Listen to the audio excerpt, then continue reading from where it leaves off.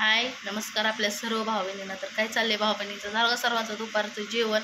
तर भाऊ बहिणीनं आपलं काही जेवण नाही झालं आणखी. सकाळी मी केल्या चपात्या केल्या, मायरूला चहा चपाती, परत भाऊजीला चहा चपाती खाल्ली त्यांनी. आणि कालवणाला काही नव्हतं भाऊ बहिणीनं घरात. तर मायरूच पप्पा पाऊस आज दिवसभर खोटं नाही बोलत भाऊ बहिणीनं. जशा 7 वाजले, त्या 7 वाजल्यापासून जी पाऊस चालू आहे ते आणखी पाऊस चालू आहे. बंद कसलाच नाही, पाऊस उलटं वाढत जातोय पण कमी होई नाही. आणि मायरूच पप्पा गेलो होतं कामाला बघा, गेलो होतं रानात. आता उद्या आहे शनिवार आहे म्हणून भाऊ बहिणीनं पगार आपली अडकल म्हणून ती आजचा बी दिवस कामाला गेलं. आणि म्हणलं की आज नाही दिवस गेलो तर आठवडा आपला भरणार नाही, तेवढं 2 पैसे येतील. तर भाऊ बहिणीनं खोटं बोलत नाही. सकाळपासून पावसात भिजत त्यांनी काम केलेलं आहे. पाक शरीरसुद्धा असं फुगल्यासारखं झालं आहे त्यांचं. पाय तर त्यांचं एवढंही झालं. आता पाण्यात भाऊ बहिणीनं सारखा हातपाय असल्यानंतर कसं होत्यात हातपाय, तसं त्यांचं शरीर झालंय भाऊ बहिणीनं. तर मी म्हणलं एवढं काही होतं का, म्हणलं भरलंच होतं की तसं 2-4 दिवस भरल्यात म्हणल्यानंतर काय एवढं आज घरी राहिलं असतं तर काय बिघडलं असतं का म्हणलं भाऊ बहिणीनं त्यांना. तर म्हणलं जाऊ दे, म्हणलं पोरगा आजार आहे घरात आणि पैसे लागतात, कशाला म्हणून लागत नाही. तर आता बघता भाऊ बहिणीनं मासिक आलंय जवळ. मग म्हणल्यानंतर आपल्याला ती पैसे लागणार आहेत. परत ट्रिपवर आजीला पेट्रोलला पैसे द्यावं लागतात, येताना पेट्रोलला पैसे आपल्याला लागतात, तिला आणायला सोडायला जावं लागतं. मग तिला येताना बी पैसे द्यावं लागतात एसटीला भाऊ बहिणीनं. तर ती म्हणल्यानंतर तो गेलं कामाला, तसंच लागतंय म्हणल्यानंतर भाऊ बहिणीनं परपंच आहे, परपंचाला काय म्हणून लागत नाही. आणि असं लागलं की कसं आहे माहिती आहे का, ही कामाची गोष्टी कशा येत्या की आपल्यासमोर हे आलं, होऊन काम आलं की आपण त्याला सोडू शकत नाही भाऊ बहिणीनं. होऊन काम आल्यावर कसं असतं माहिती आहे का, पाऊस बघितला नाही काय बघितला नाही, कारण की काम लागलं तर लागतंय, नाही तर नाहीच लागलं. का पाऊस लागलाय म्हणून कामावर जात नाही ती. पण गेलं रानात, पण माघारी कसं यायचं म्हणून ती रानात गेलेलं ते भिजतच काम केलं त्यांनी. आता काय करायचं भाऊ बहिणीनं, लय वाईट वाटतं इतकं. आणि त्यांचं एक तर हो का, ही शिर हाताची भरपूर अशी दुखती, हात हलवा येईना, मानकोट असं त्यांना वळवता येई नाही, तरी बी त्यांनी ती बांधायचं काम केलं. आणि हो का आता बरोबर 1-1:30 वाजता कामावरनं घरी आले. तर तोपर्यंत सकाळ 7 वाजल्यापासून पाण्यातच भिजत्यात या. हां, एक तर मी पण आजारी आहे, मला सर्दीनं जाम झाली आहे. माझं बी अंगातनं असं दुखतंय, ताप आल्यासारखं होतं मला सर्दीमुळं. आणि समर्थ तर माहिती आहे तुम्हाला, दुखतो या, ताप येतो या, परत ताप येतोय, सर्दी झाली आहे. सर ना ग, काय करते त्याच्यापाशी?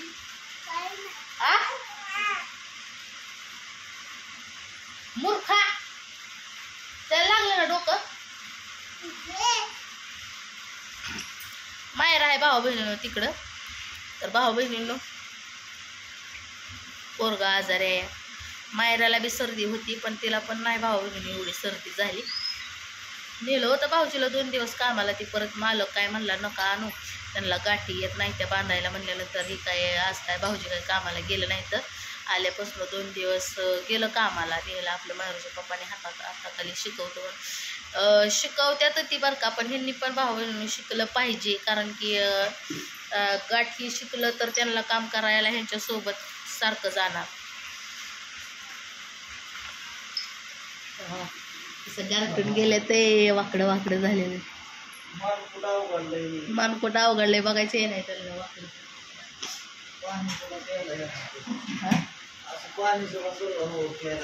स्वेटर घातलाय भाऊ बहिणीनं सकाळपासून. कपडे ओले आहे ते, म्हणजे त्यांना दाखवते की पाऊस. भाऊ बहिणीनं तुम्हाला दाखवते पाऊस.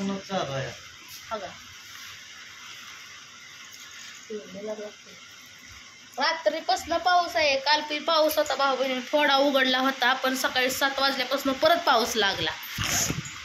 जसंही कामावर गेलं आणि कामावर पोचलं होतं का नव्हतं काय माहिती, तवर पाऊस आला. पण हो का, मी कालवण टाकलंय. आताशी मटकी आणली होती त्यांनी आणि पनीर आणलं होतं येताना.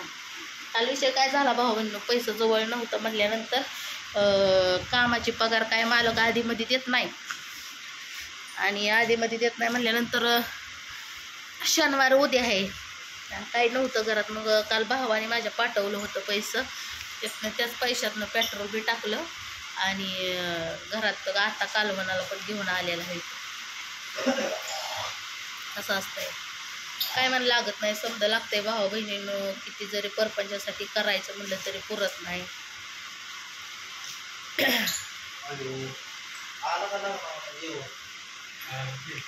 भाऊजी गेलं होतं भाऊ बहिणीनं लग्नाला जेवायला.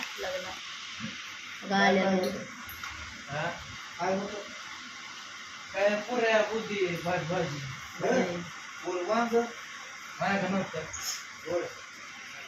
पावसात चांगलं वराडाचं तर झालं असते, वराडाचं झालं असतील कार्यालय तर कसं वाकडा बघतोय वाकडा बघतोय वाकडं झाले ते माहिती. असं आहे ना, भिजून आलं म्हणल्यावर भाऊ बहिणीनं काय केलं, जेटकीन घातलं डोक्याला बांधले. समर्था बी तसंच पॅक केलंय बघा. झोपले आवेला न्यायचं होतं कामाला, पण आवेला काय बांधा येत नाही. आणि मग राहिलं होतं टीचिंग म्हणल्यानंतर मित्रांनो मग मालकाला फोन केला. मालक म्हणला या म्हणल्यावर कामाला गेल्यावर पाऊस चालू होता, सुट्टीपर्यंत तर पाऊसच चालू होता आणि भिजतच आलो शेवटपर्यंत. शेवट भिजत काम हो का, हात सुद्धा कसं झालेला आहे, गारटून गेले ते बघा कसं हात गुड्या पडल्या त्या हातात. गुड्यानं पाण्यात हात 24 तास असल्यानंतर ते कसं हात फुगल्यावर येतात तसं फुगले. पाय बी तसंच झाले ते, पाय पण तसंच झाले ते भाऊ बहिणीनं. कसं आहे लागतंय करायचं भाऊ बहिणीनं पोटासाठी. नाही केल्यावर आपल्याला हायवे कोण देणार होतं म्हणून. आणि आता मी तर म्हणतच नाही की पाऊस आहे राहायचे दिवस, पण काय लागलंय तर आता अजून त्यांची पुढं मित्रांनो गुटी बांधायची ती पण आपल्याकडेच आहे म्हणल्यानंतर आता एक ती म्हणतात की ही करून घ्या अगोदर, ही झाल्यावर मग गुटी बांधा. मालकाने मुकदमच केलंय तुम्हाला, मग काय असं दे. असं भाऊ बहिणीनं चांगला स्वभाव बसायचं भाऊ बहिणीनं सर्वांच्या, उतरायचं नाही. काम कष्ट आपलं करून हसून खेळून राहून एवढंच येतंय सगळं, नाही तर दुसरं काय आहे तेव्हा. कोण कोण होता कामाला? 2 जणच, दोघांनी चौघाचं काम केलंय तसल्या पावसात. होय, मालक सुद्धा खुश झालं.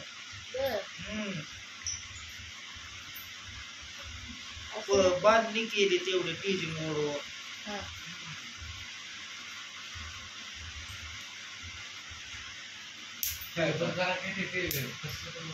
ते बंदच करायचे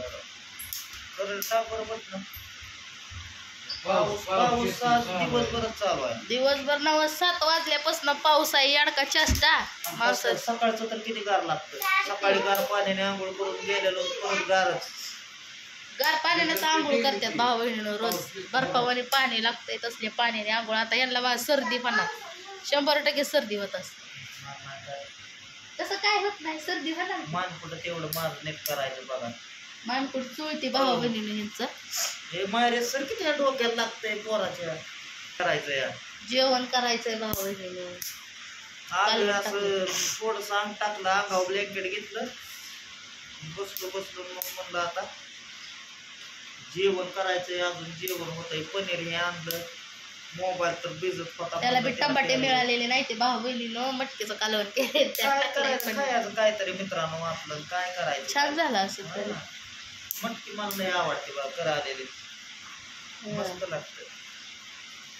चपात्या करून ठेवलेल्या होत्या. आता टाकलंय मटकीचं कालवण. आम्ही पण जेवलो नाही, आम्ही चपातीच खाल्ली आहे. मी तर एकच चपाती खाल्ली आहे. आणि आंबा बी नाही खाल्ला, माहेरला दिलता कापून. भाऊ बहीण म्हणतात कुठं होय. तरीच म्हणलं घरी आंबा खात नाही म्हणजे रानातच खाताय. गोड आंबा एक नंबर. मालकाला तर कुठनं आंबा आणून रस करायची गरज पडलीच नाही. वर्षातच आंबा लागतात त्या आंब्याला. एक नंबर आंबा. कसला आंबा होता मला घेऊ तो आंबा. हे आणलेलं तुम्ही कसलं ते नाही झाडाला. तर आता ते बघू आता उद्याच्याला पावसा झाला पडला असते झाडाचं आणायचं. झाडाचं पिकलेलं झाडालाच होतं आंब. तीच आम्ही काढायचं खायचो. होय, चांगलं आहे की. मग आम्ही बघितलंच नाही त्या दिवशी. खरं आपण बघायला पाहिजे होतं आंबा. रस चपाती त्या दिवशी बघितलं असतं म्हणजे चांगलं गावलं असतं आपल्याला. त्याच्यावर पडले काल 10 गडी होत आहे. होय. मग घरी बी गेला असेल. घरी नाही तिथंच खाल्लं.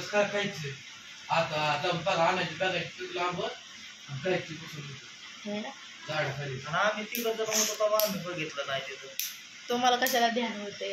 नाही तुम्ही एक तुम्ही कोकण खाऊन घरी आणला असतं. वाटलं गडी घुसला त्यांना गावलं पिकलं आंबो.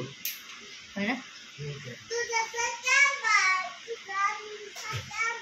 पप्पानी बी आणलेला इथं भाऊ बहिणीनं तसलं कलबी आंबा लय गोड आहे इतकं गोड आहे ना. लागली मला एकतर लई. गोड आहे तर भाऊ बहिणीनं आमच्या पप्पाने आणलेला आंब तुम्हाला दाखवतेच ती एक आंबा पिकला आहे का नाही. पण तुम्हाला सांगते रस करावं म्हणलं पण रस कराय काय जमन आहे मला. तर हो का हे तरी छोटा आहे पण ह्याच्यापेक्षा मोठा आंबा आहे. नाही क्या हो थोडं राहिलंय नाही पिकला कच्चा. पिवळा सर झाला तरच म्हणायचं पिकला आहे तर कच्चाच आहे तो. मायरा तर आंब्यावर मायरा तुटून पडते रोज खाते. आंबा खायचंय लय खाऊ नको आंबा खोकला लागतो. तर घ्या काळजी भाऊ बहिणींना सर्वांनी. बसल्यात आपली पावसापाण्याने बघा. बाय.